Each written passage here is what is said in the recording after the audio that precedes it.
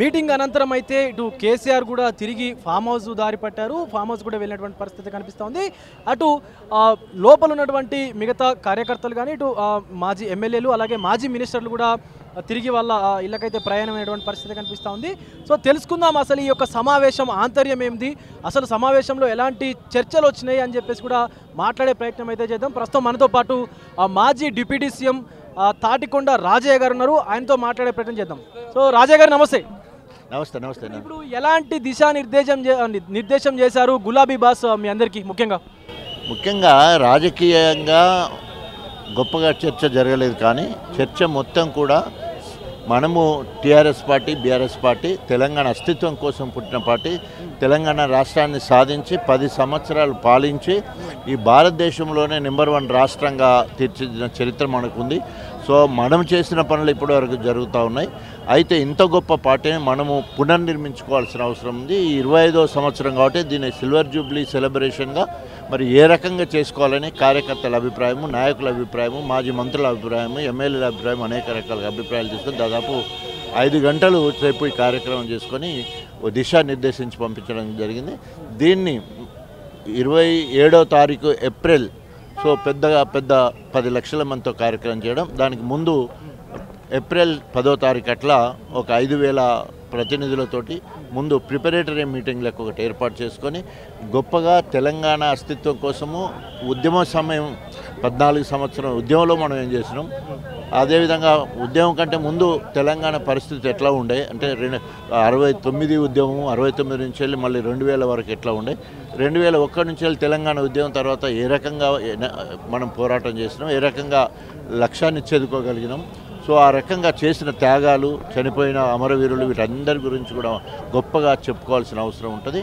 So వాటితో పాటు ప్రధానంగా కేసీఆర్ అయితే ముందుగా మీటింగ్ పెడతా అని చెప్పేసి ఏదైతే అనౌన్స్మెంట్ చేశారో దాన్ని అనుసరించి కాంగ్రెస్ అయితే ఒక 2 మీటింగ్లని చేసింది అని చెప్పేసి కూడా దిశానిర్దేశం చేసింది. వాళ్ళకు అటు రాహుల్ గాంధీకి ఇటు మల్లికార్జున ఖర్గేకి కూడా ఇన్విటేషన్లు ఇచ్చి ఆల్రెడీ ఆ మీటింగ్లని ఫైనలైజ్ చేసిన తర్వాత ఇప్పుడు కేసీఆర్ మళ్ళీ ఏప్రిల్ 27న మీటింగ్స్ పెట్టడం వెనక ఆంతర్యం ఏంది? భయపడుతున్నారా? 27 ఏప్రిల్ అనేది తెలంగాణ ఆవిర్భావ దినం, టీఆర్ఎస్ పార్టీ ఆవిర్భావ దినం. ఆ ఆవిర్భావ దినం కోసము ఈరోజు ప్రిపరేటరీ మీటింగ్ లాంటిది. కార్యకర్తలు మనం ఎంత గొప్పగా చేసుకుందాం అనేది, అంతేగాని ఇది రాజకీయ మీటింగ్ కాదు. తెలంగాణ రాష్ట్రాన్ని సాధించిన పార్టీ టీఆర్ఎస్ పార్టీ. ఈరోజు తెలంగాణ అస్తిత్వాన్ని కాపాడవలసింది కూడా బాధ్యత కూడా ఇలా టీఆర్ఎస్కే ఉన్నది. అది ప్రజల్లోకి బాగా తీసుకెళ్ళాలి. అంతేగాని ఇక్కడ ప్రజా వ్యతిరేక విధానాల గురించి కానీ, కాంగ్రెస్ కింద పడేయాలి కానీ, తొక్కాలి కానీ అట్లాంటి భాష అక్కడ రాలేదు. కారణం ఏంటంటే ఇది ఓన్లీ పార్టీ వ్యవస్థగతంగా 25 సంవత్సరాలు పూర్తి చేసుకున్న సందర్భంగా ముందు పోవడం జరిగింది. ఒకవేళ ప్రజా వ్యతిరేక విధానాలు అమలుస్తున్న కాంగ్రెస్ వాళ్ళ సంగతి ప్రజలే ఇప్పుడే పుట్టిన పోరాణ కాంచెల మొదట ముసలోని దాకా తిడుతూనే ఉన్నాడు. సోషల్ మీడియాలో పోస్టింగ్ చూస్తే సరిపోతుంది, మనం చెప్పనవసరం లేదు. ప్రధానంగా మీ స్టేషన్ గన్పూర్ నియోజకవర్గంలో కూడా ఖచ్చితంగా ఉప ఎన్నిక వస్తుందని చెప్పేసి కూడా మీరు అంటా ఉన్నారు, అటు బీఆర్ఎస్ శ్రేణులు కూడా అంటా ఉన్నారు. ఇప్పుడు మరి ఉప ఎన్నిక వస్తే మీరు మళ్ళీ స్టేషన్ గన్పూర్ నియోజకవర్గంలో పోటీ చేసేటువంటి అవకాశాలు ఉన్నాయా?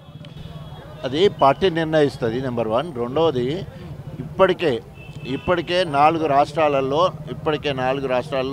Supreme court final ultimate. సో ఇప్పటికి 4 తీర్పులలో కూడా ఎవరైతే పార్టీ ఫిరాయించారో వాళ్ళకి వ్యతిరేకంగా 3 నెలల్లో చర్య తీసుకునే కార్యక్రమం జరిగింది.